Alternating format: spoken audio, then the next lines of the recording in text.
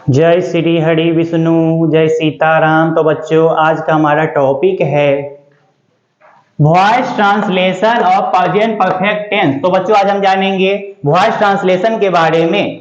Voice translation of present perfect tense. तो बच्चों, आज हम जानेंगे प्रेजेंट परफेक्ट टेंस का वॉइस में किस तरह से ट्रांसलेशन बनाया जाता है। तो चलिए बच्चों, जानते हैं। पहचान। तो बच्चों, सबसे पहले इसका पहचान देखेंगे। पहचानने क्या तरीका है। पहचान, इसमें हिंदी वाक्य के क्रिया के अंत में, इसमें हिंदी वाक्य क्रिया के अंत में गया है, गई है, गए हो एवं जा चुका है, जा चुकी है, जा चुके हैं इत्यादि लगा रहता है। यानी इसमें हिंदी वाक्य क्रिया के अंत में गया है, गई है, गए हो एवं जा चुका है, जा चुकी है, जा चुके हैं इत्यादि लगा रहता है। स्ट्रक्चर। तो बच्चों, इसका स्ट्रक्चर देखते हैं। बनावट बनाने क्या तरीका है। एफर्मेटिव सेंटेंस यानी सकारात्मक वाक्य का फॉर्मूला होगा सब्जेक्ट। सबसे पहले सब्जेक्ट का प्रयोग करेंगे, प्लस हैज या हैव, दोनों में से एक चीज लगाएंगे। हैज या हैव, दोनों में से एक चीज लगा देंगे। प्लस बीन, बीन का प्रयोग कर देंगे। प्लस V3 भाग का तीसरा रूप लगाएंगे। प्लस ऑब्जेक्ट या वर्ड। अगर निगेटिव सेंटेंस रहे, नहीं वाला सेंटेंस, तो इसका फॉर्मूला होगा सब्जेक्ट। सबसे पहले सब्जेक्ट लिखेंगे। प्लस हैज या हैव, दोनों में से एक चीज लगाएंगे। हैज या हैव, दोनों में से एक चीज लगा देंगे। प्लस नोट, नोट का प्रयोग कर देंगे। प्लस बीन, सभी के साथ बीन का प्रयोग करेंगे। प्लस V3 भाग का तीसरा रूप लगा देंगे। प्लस ऑब्जेक्ट या अदर वर्ड। अगर इंट्रोगेटिव सेंटेंस रहे, क्या वाला सेंटेंस है, इसका फॉर्मूला होगा, इंट्रोगेटिव सेंटेंस का फॉर्मूला होगा, सबसे पहले हेल्पिंग वर्ब लिखेंगे हैज या हैव, दोनों में से एक चीज लगाएंगे। हैज या हैव, उसके बाद सब्जेक्ट का प्रयोग करेंगे। प्लस सब्जेक्ट, प्लस बीन, उसके बाद बीन का प्रयोग कर देंगे। प्लस V3 भाग का तीसरा रूप लगाएंगे। प्लस ऑब्जेक्ट या अदर वर्ड, लास्ट में क्वेश्चन मार्क दे देंगे। यानी इंट्रोगेटिव सेंटेंस का फॉर्मूला होगा, सबसे पहले हेल्पिंग वर्ब लगा देंगे। हैज या है, दोनों में से एक चीज लगाएंगे। प्लस सब्जेक्ट, सब्जेक्ट का प्रयोग करेंगे। प्लस बीन, बीन का प्रयोग कर देंगे। प्लस V3 भाग का तीसरा रूप लगाएंगे। प्लस ऑब्जेक्ट या अदर वर्ड, लास्ट में क्वेश्चन मार्क दे देंगे।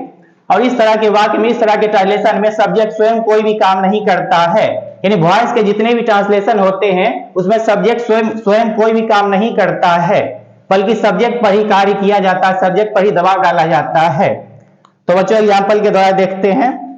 और यहां देखेंगे ही, सी, ईट और सिंगुलर के साथ हैज का प्रयोग करेंगे। ही, सी, ईट और सिंगुलर यानी एक वचन के साथ हैज का प्रयोग करते हैं। एवं यू, दे, वी, आई और प्लुरल यानी बहुवचन के साथ हैव का प्रयोग करेंगे। यू, दे, वी, आई एवं प्लुरल यानी बहुवचन के साथ हैव का प्रयोग करेंगे। तो देखेंगे, चोर को गिरफ्तार कर लिया गया है। इसमें गिरफ्तार करना क्रिया है और क्रिया के अंत में गया है लगा हुआ है। तो देखेंगे, हमारा सब्जेक्ट है चोर। यानी इस तरह के ट्रांसलेशन है, वॉइस के जितने भी ट्रांसलेशन होते हैं उसमें सब्जेक्ट स्वयं कोई भी काम नहीं करता है। चोर को गिरफ्तार कर लिया यानी किसी और के द्वारा, पुलिस के द्वारा चोर को गिरफ्तार कर लिया, यानी सब्जेक्ट पर ही दबाव डाला जा रहा है, सब्जेक्ट पर ही काम किया जा रहा है। तो इस फार्मूला पे बनाएंगे। सबसे पहले सब्जेक्ट लिखेंगे, चोर की मीनिंग लिखेंगे द थीफ। इसके साथ चूंकि ये सिंगुलर है, सिंगुलर के साथ हैज का प्रयोग करेंगे। Has, the thief, has. उसके बाद बीन का प्रयोग करेंगे, बीन लगा देंगे। उसके बाद V3 भाग का तीसरा रूप लगाएंगे। गिरफ्तार करना की मीनिंग लिखेंगे अरेस्ट, V3 लगा देंगे, arrested. The thief has been arrested, इस तरह से बनाएंगे। सबसे पहले सब्जेक्ट लगा देंगे, उसके बाद हैज का प्रयोग करेंगे, सिंगुलर के साथ हैज लगाएंगे। उसके बाद बीन का प्रयोग कर देंगे, उसके बाद वर्ब 3 लगाएंगे, वर्ब का तीसरा रूप लगा देंगे। गिरफ्तार करना की मीनिंग लिखेंगे अरेस्टेड।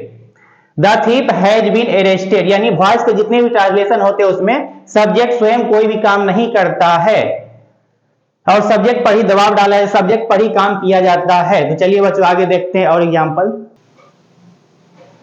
एक पत्र लिखा जा चुका है। इसमें क्रिया के अंत में जा चुका है लगा हुआ और लिखना क्रिया है। इसी फॉर्मूला पे बनाएंगे। सबसे पहले सब्जेक्ट लिख देंगे। प्लस हैज या है, दोनों में से एक चीज लगा देंगे। प्लस बीन, बीन का प्रयोग करेंगे। प्लस V3 भाग का तीसरा रूप लगा देंगे। प्लस ऑब्जेक्ट या अदर वर्ड, यानी इसी फॉर्मूला बनाएंगे। सबसे पहले सब्जेक्ट लिखेंगे एक पत्र, हमारा सब्जेक्ट है एक पत्र, तो लिखेंगे ए लेटर। सिंगुलर के साथ हैज का प्रयोग करेंगे, हैज। उसके बाद बीन का प्रयोग करेंगे, बीन लगा देंगे। उसके बाद V3 का प्रयोग करेंगे, वर्ब का तीसरा रूप लगाएंगे, लिखना के मीनिंग लिखेंगे राइट, रोट, रिटेन, यहां लिखेंगे V3 लगा देंगे, written, a letter has been written, इस तरह से बनाएंगे। इस तरह के वाक्य में सब्जेक्ट स्वयं कोई भी काम नहीं करता, यानी वॉइस के जितने भी ट्रांसलेशन होते हैं उसमें सब्जेक्ट स्वयं कोई भी काम नहीं करता है, बल्कि सब्जेक्ट पर ही कार्य किया जाता है, सब्जेक्ट पर ही दबाव डाला जाता है। यानी वॉइस के जितने भी ट्रांसलेशन होते हैं, इस तरह के जितने भी वाक्य होते हैं उसमें सब्जेक्ट स्वयं कोई भी काम नहीं करता है, बल्कि सब्जेक्ट पर ही कार्य किया जाता है, सब्जेक्ट पर ही दबाव डाला जाता है। तो अगला क्वेश्चन देखते हैं, एक पत्र नहीं लिखा जा चुका है, इसमें निगेटिव सेंटेंस है, नहीं वाला सेंटेंस है। तो सबसे पहले सब्जेक्ट लिखेंगे एक पत्र, एक पत्र की मीनिंग लिखेंगे ए लेटर, सिंगुलर के साथ हैज का प्रयोग करेंगे, हैज लगा देते हैं। उसके बाद नहीं की मीनिंग यहां नोट लगाएंगे, बीच में नोट लगा देंगे, नोट। उसके बाद बीन का प्रयोग करेंगे, बीन। उसके बाद V3 का प्रयोग करेंगे, वर्ब का तीसरा रूप लगाएंगे, लिखना की मीनिंग लिखेंगे राइट, रोट, रिटेन, यहां लिखेंगे V3 written. A letter has not been written, इस तरह से बनाएंगे। क्या एक पत्र लिखा जा चुका है, यहाँ पे क्या लगा, इंट्रोगेटिव सेंटेंस है, तो सबसे पहले हेल्पिंग वर्ब लिखेंगे हैज या हैव, सबसे पहले हेल्पिंग वर्ब लिखेंगे हैज या हैव। तो सिंगुलर के साथ हैज का प्रयोग करेंगे, हैज। उसके बाद सब्जेक्ट लिखेंगे ए लेटर, एक पत्र की मीनिंग लिखेंगे a letter, has a letter. उसके बाद बिन का प्रयोग करेंगे, बिन लगा देंगे। उसके बाद V3 का प्रयोग करेंगे, लिखना की मीनिंग लिखेंगे write, wrote, written, question mark दे देंगे। Has a letter been written, यानी सबसे पहले हेल्पिंग वर्ब का प्रयोग कर देंगे, हैज लगा देंगे। उसके बाद सब्जेक्ट लिखेंगे ए लेटर, उसके बाद बिन का प्रयोग करेंगे, उसके बाद वर्ब 3 लगा देंगे, has a letter been written, इस बनाएंगे।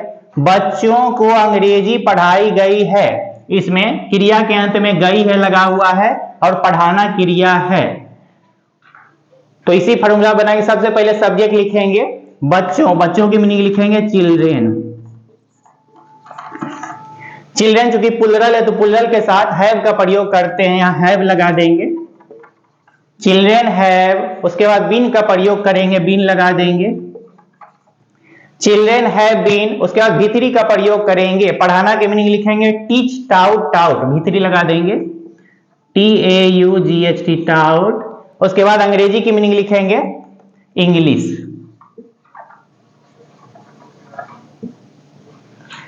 Children have been taught English, इस तरह से बनाएंगे।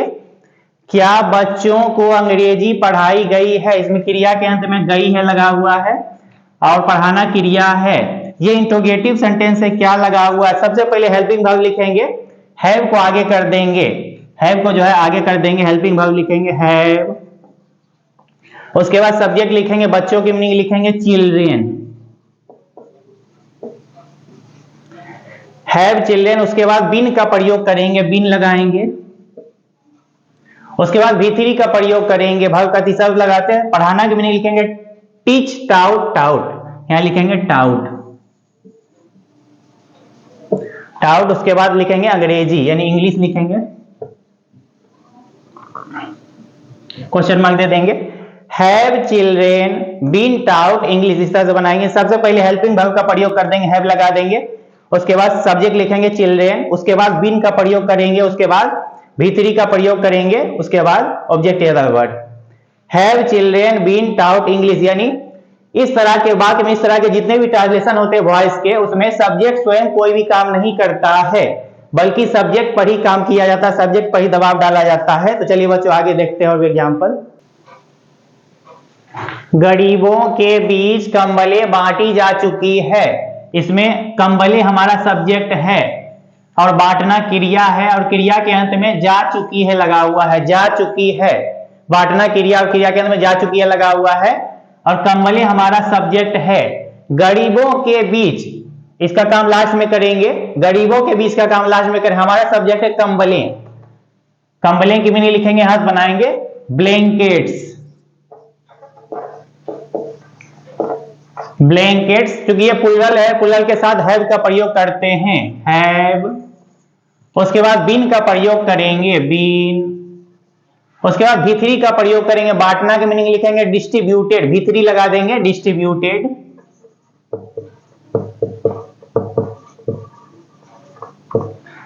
ब्लैंकेट्स हैव बीन डिस्ट्रीब्यूटेड, के बीच की मीनिंग लिखेंगे एमोंग, के बीच की मीनिंग लिखेंगे एमोंग। गरीबों की मीनिंग लिखेंगे the poor. Blankets have been distributed among the poor, इस तरह से बनाएंगे।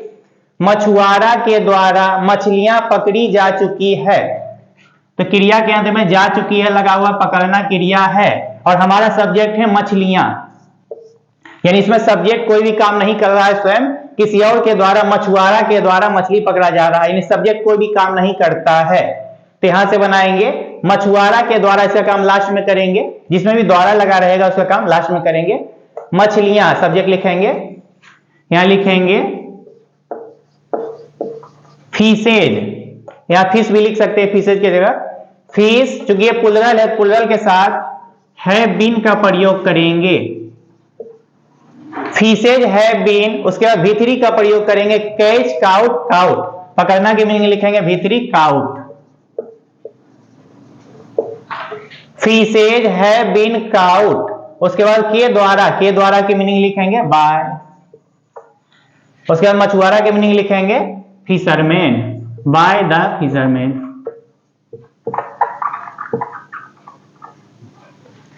Fishes have been caught by the fisherman, इस तरह से बनाएंगे, यानी फिशेज की जगह फिश भी लिख सकते हैं, दोनों लिख सकते हैं, कोई दिक्कत नहीं है। गाय के द्वारा घास खाया गया है, इसमें क्रिया के अंत में गया है लगा हुआ है, और खाना क्रिया है, और हमारा सब्जेक्ट है घास, हमारा सब्जेक्ट घास है। गाय के द्वारा ऐसा काम लास्ट में करेंगे, इसमें द्वारा लगा हुआ है, गाय के द्वारा ऐसा काम लास्ट में करेंगे, हमारा सब्जेक्ट है घास। इसमें सब्जेक्ट स्वयं कोई भी काम नहीं कर रहा है, किसी और के द्वारा सब्जेक्ट पर दबाव डाला जा रहा है, यहां से बनाएंगे ग्रास, घास की मीनिंग लिखेंगे द ग्रास। चूंकि ये सिंगुलर है तो हैज बीन का प्रयोग करेंगे, the grass has been, the grass has been. उसके बाद खाना की मीनिंग लिखेंगे V3 लगा देंगे eat, ate, eaten, the grass has been eaten. के द्वारा की मीनिंग लिखेंगे बाय। उसके बाद गाय की मीनिंग लिखेंगे the cow. The grass has been eaten by the cow, इस तरह बनाएंगे। क्या गाय के द्वारा घास खाया गया है, इसमें क्रिया के अंत में गया है लगा हुआ है, और खाना क्रिया है, और इसमें हमारा सब्जेक्ट है घास। गाय के द्वारा इसका काम लास्ट में करेंगे। यहाँ पे क्या लगा हुआ, ये इंट्रोगेटिव सेंटेंस, सबसे पहले हेल्पिंग वर्ब लिखेंगे, हैज का प्रयोग करेंगे, हेल्पिंग वर्ब लिखेंगे हैज। उसके बाद सब्जेक्ट लिखेंगे घास की मीनिंग लिखेंगे द ग्रास। उसके बाद बीन का प्रयोग करेंगे, बीन लिखेंगे। उसके बाद V3 का प्रयोग करेंगे ईट, एट, ईटेन, यहां लिखेंगे V3 लगा देंगे। Has the grass been eaten, के द्वारा की मीनिंग बाय लिख देंगे, गाय की मीनिंग लिखेंगे द काउ, क्वेश्चन मार्क दे देंगे। Has the grass been eaten by the cow, इस तरह बनाएंगे। प्रधानमंत्री के द्वारा राष्ट्रीय ध्वज फहराया गया है, इसमें क्रिया के अंत में गया है लगा हुआ है, फहराना क्रिया है, और इसमें हमारा सब्जेक्ट है राष्ट्रीय ध्वज, हमारा जो सब्जेक्ट है राष्ट्रीय ध्वज। प्रधानमंत्री के द्वारा इसका काम लास्ट में करेंगे, हमारा सब्जेक्ट है राष्ट्रीय ध्वज, यानी इसमें भी सब्जेक्ट स्वयं कोई भी काम नहीं कर रहा है, किसी और के द्वारा राष्ट्रीय ध्वज फहराया जाता है। तो यहां से बनाएंगे राष्ट्रीय ध्वज की मीनिंग लिखेंगे the national flag, national flag. चूंकि यह सिंगुलर है तो हैज बीन का प्रयोग करेंगे, हैज बीन। उसके बाद V3 का प्रयोग करेंगे, फहराना की मीनिंग लिखेंगे होइस्टेड, V3 लगा देंगे, फहराना की meaning HOISTED, hoisted. The national flag has been hoisted, के द्वारा की मीनिंग लिखेंगे बाय। प्रधानमंत्री की मीनिंग लिखेंगे the prime minister, by the prime minister.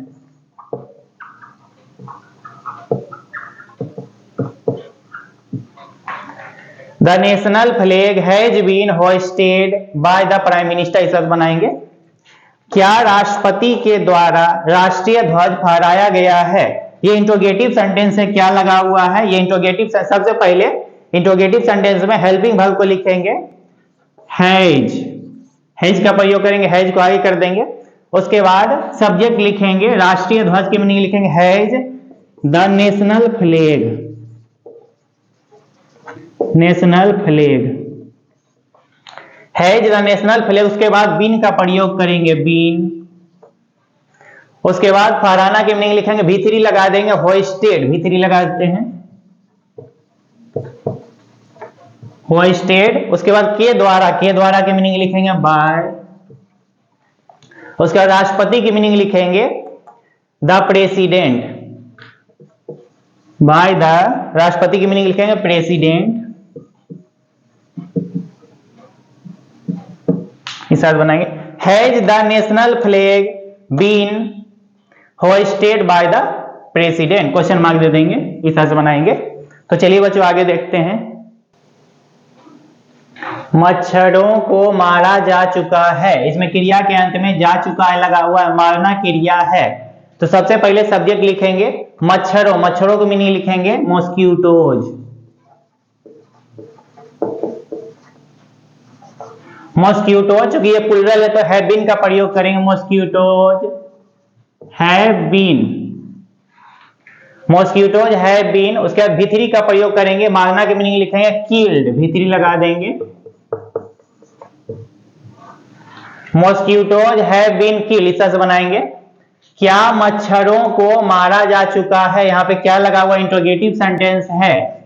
तो सबसे पहले हेल्पिंग वर्ब लगाएंगे, हैव को आगे कर देंगे हैव। उसके बाद सब्जेक्ट लिखेंगे, मच्छरों की मीनिंग लिखेंगे मॉस्किटोज हैव मॉस्किटोज। उसके बाद बीन का प्रयोग करेंगे, बीन। उसके बाद V3 का प्रयोग करेंगे, मारना की मीनिंग लिखेंगे किल्ड, क्वेश्चन मार्क दे देंगे हैव मॉस्किटोज बीन किल्ड, इस तरह से बनाएंगे। मच्छरों को कब मारा गया, यहाँ पे कब लगा हुआ है।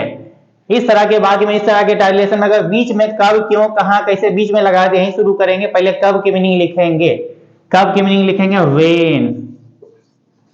उसके बाद हेल्पिंग वर्ब लगा देंगे, हैव का प्रयोग करेंगे when have.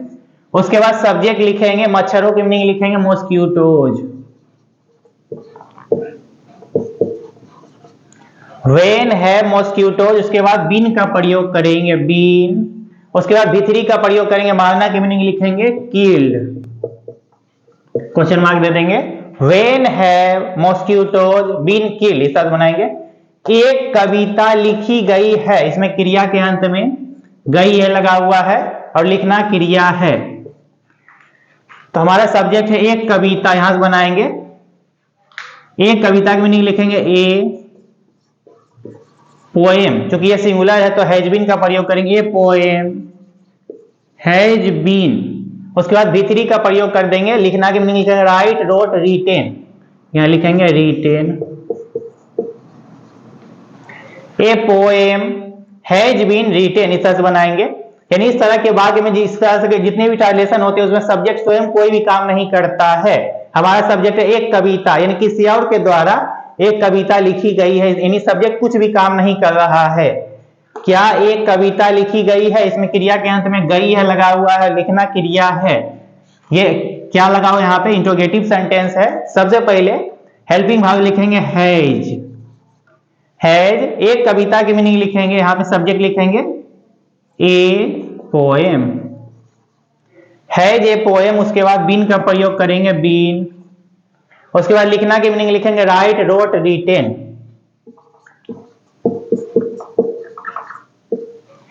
Has a poem been written, इस तरह बनाएंगे, क्वेश्चन मार्क दे देंगे has a poem been written. एक कविता क्यों लिखी गई है, यहाँ पे क्यों लगा हुआ है। इस तरह के वाक्य में अगर बीच में कब, क्यों, कहां, कैसे लगा के यहीं शुरू करेंगे। पहले क्यों की मीनिंग लिखेंगे, क्यों की मीनिंग लिखेंगे वाई। उसके बाद हेल्पिंग वर्ब का प्रयोग करेंगे, हेल्पिंग वर्ब लगा देंगे हैज। उसके बाद सब्जेक्ट लिखेंगे, एक कविता की मीनिंग लिखेंगे ए पोएम। उसके बाद बीन का प्रयोग करेंगे, बीन। उसके बाद वर्ब का तीसरा रूप लगाएंगे, लिखना की मीनिंग लिखेंगे राइट, रोट, रिटेन, यहां लिखेंगे रिटेन। क्वेश्चन मार्क दे देंगे। Why has a poem been written, इस तरह से बनाएंगे। तो चलिए बच्चों आगे देखते हैं और एग्जांपल बहुत सारे। हरे पेड़ काटे जा चुके हैं, इसमें क्रिया के अंत में जा चुके हैं लगा हुआ और काटना क्रिया है। तो सबसे पहले सब्जेक्ट लिखेंगे हरे पेड़, हरे पेड़ की मीनिंग लिखेंगे ग्रीन ट्रीज। चूंकि ये प्लुरल है तो हैव बीन का प्रयोग करेंगे, प्लुरल के साथ हैव बीन का प्रयोग करेंगे। ग्रीन ट्रीज हैव बीन, उसके बाद भी3 का प्रयोग करेंगे, काटना की मीनिंग लिखेंगे कट कट कट, यहां लिखेंगे cut. Green trees have been cut, इस तरह बनाएंगे। हरे पेड़ नहीं काटे जा चुके, ये निगेटिव सेंटेंस है, नहीं वाला सेंटेंस है। तो सबसे पहले सब्जेक्ट लिखेंगे हरे पेड़ ग्रीन ट्रीज, उसके बाद हेल्पिंग वर्ब लगाएंगे, प्लुरल के साथ हैव का प्रयोग करेंगे हैव, उसके बाद नहीं की मीनिंग लिखेंगे नोट, उसके बाद बीन का प्रयोग करेंगे बीन, उसके बाद भी3 का प्रयोग करेंगे, काटना की मीनिंग लिखेंगे भी3 cut cut cut cut. Green trees have not been cut, इस तरह बनाएंगे। क्या हरे पेड़ काटे जा चुके हैं, यहाँ पे क्या लगा हुआ, ये इंट्रोगेटिव सेंटेंस है।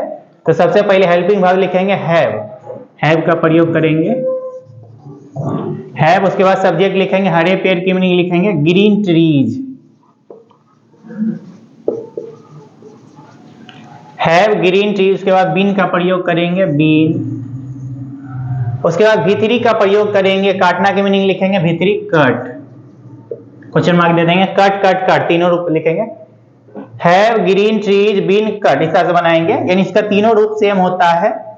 हरे पेड़ कहां काटे जा चुके हैं, इसमें कहां लगा हुआ है। इस तरह के बाकी में अगर बीच में कब क्यों कहां कैसे लगा दिए, यही शुरू करेंगे। पहले कहां से बनाएंगे, कहां की मीनिंग लिखेंगे वेयर, उसके बाद हेल्पिंग वर्ब लगाएंगे, हैव का प्रयोग करेंगे वेयर हैव, उसके बाद सब्जेक्ट लिखेंगे हरे पेड़ की मीनिंग लिखेंगे green trees, where have green trees, उसके बाद बीन का प्रयोग करेंगे बीन, उसके बाद भी3 का प्रयोग करेंगे, काटना की मीनिंग लिखेंगे कट कट कट, इस तरह बनाएंगे। Where have green trees been cut, इस तरह बनाएंगे। क्वेश्चन मार्क दे देंगे। दीपावली के अवसर पर घरों को सजाया गया है, इसमें क्रिया के अंत में गया है लगा हुआ है और सजाना क्रिया है, हमारा सब्जेक्ट है घरों। दीपावली के अवसर पर इसका काम लास्ट में करेंगे, दीपावली के अवसर पर इसका काम लास्ट में करेंगे, हाथ बनाएंगे, हमारा सब्जेक्ट है घरों, घरों की मीनिंग लिखेंगे houses,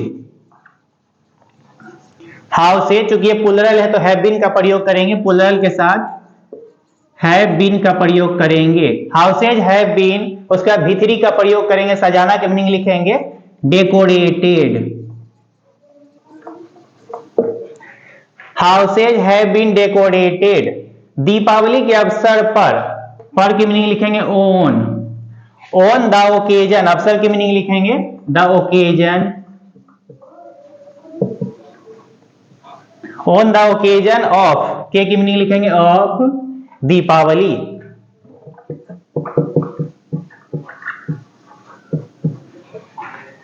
houses have been decorated on the occasion of Deepawali, Deepawali के अवसर पर इसकी मीनिंग लिखेंगे on the occasion of Deepawali, इस तरह बनाएंगे। क्या सरस्वती पूजा मनाई गई है, इसमें क्रिया के अंत में गई है लगा हुआ है, मनाना क्रिया है। तो सबसे पहले यहाँ पे क्या लगा हुआ है, हेल्पिंग वर्ब लिखेंगे, हैज का प्रयोग करेंगे हैज, उसके बाद सब्जेक्ट लिखेंगे सरस्वती पूजा,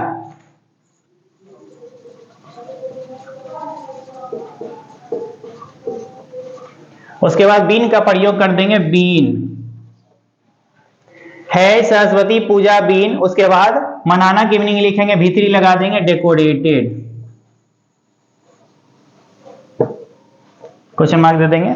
है सरस्वती पूजा बीन डेकोरेट, यहां पे मनाना की मीनिंग लिखेंगे सेलिब्रेटेड, मनाना की मीनिंग लिखेंगे सेलिब्रेटेड।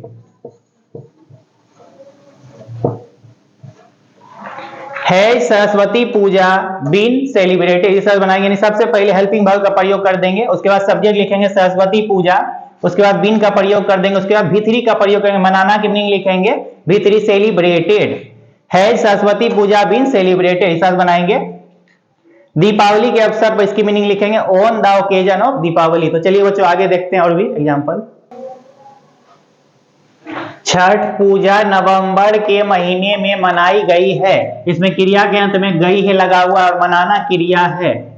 तो सबसे पहले सब्जेक्ट लिखेंगे छठ पूजा, यहां से बनाएंगे छठ पूजा लिखेंगे।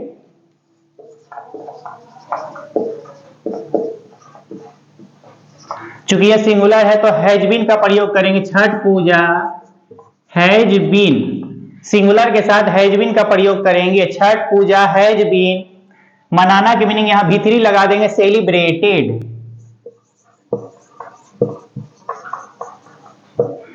Chhath Puja has been celebrated नवंबर के महीने में, मे की मीनिंग लिखेंगे in the month, in the month के की मीनिंग लिखेंगे of November. Chhath Puja has been celebrated in the month of November, इस तरह बनाएंगे। क्या छठ पूजा नवंबर के महीने में मनाई गई है, यहां पे क्या लगा हुआ, ये इंट्रोगेटिव सेंटेंस है। तो सबसे पहले हेल्पिंग वर्ब लिखेंगे हैज, हेल्पिंग वर्ब लगा देंगे, हैज का प्रयोग करेंगे, उसके बाद लिखेंगे सब्जेक्ट छठ पूजा,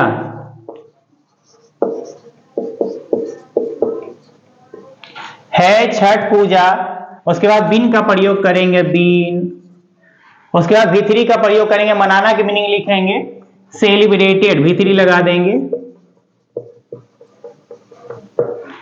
है छठ पूजा बीन सेलिब्रेटेड नवंबर के महीने में in the month of in the month of November, month of November, इस तरह बनाए क्वेश्चन मार्क दे देंगे। है Chhath Puja been celebrated in the month of November, नवंबर के महीने में इसकी मीनिंग लिखेंगे in the month of November, question mark दे देंगे। छठ पूजा नवंबर के महीने में क्यों मनाई जाती है, यहाँ पे क्यों लगा हुआ है। तो इस तरह के ट्रांसलेशन अगर बीच में कब क्यों कहां कैसे बीच में लगा रहे थे, यही शुरू करेंगे। सबसे पहले क्यों की मीनिंग लिखेंगे व्हाई, उसके बाद हेल्पिंग वर्ब लगाएंगे, हैज का प्रयोग करेंगे व्हाई हैज, उसके बाद सब्जेक्ट लिखेंगे छठ पूजा, छठ पूजा की मीनिंग लिखेंगे छठ पूजा, उसके बाद बीन का प्रयोग करेंगे बीन, व्हाई है छठ पूजा बीन, उसके बाद मनाना की मीनिंग यहां पर लिखेंगे भीतरी लगा देंगे सेलिब्रेटेड नवंबर के महीने में, मे की मीनिंग लिखेंगे इन द मंथ, के की मीनिंग लिखेंगे ऑफ नवंबर, क्वेश्चन मार्क दे देंगे। Why has Chhath Puja been celebrated in the month of November, इस तरह से बनाएंगे। यानी वॉइस के जितने भी ट्रांसलेशन होते हैं सभी में सब्जेक्ट स्वयं कोई भी काम नहीं करता है, बल्कि सब्जेक्ट पर ही काम किया जाता है, सब्जेक्ट पर ही दबाव डाला जाता है। इसमें सब्जेक्ट छठ पूजा है तो किसी और के द्वारा छठ पूजा मनाया जाता है, सब्जेक्ट कोई भी काम नहीं कर रहा है। और बच्चों हमारे वीडियो को लाइक और सब्सक्राइब करने की जरूरत बिल्कुल भी नहीं है, क्योंकि हमारा मकसद बच्चों को सही शिक्षा देना है, ना कि किसी किस्म का व्यापार करना। बहुत बहुत धन्यवाद। से भी पुरानी है ज्ञान की ये गंगा।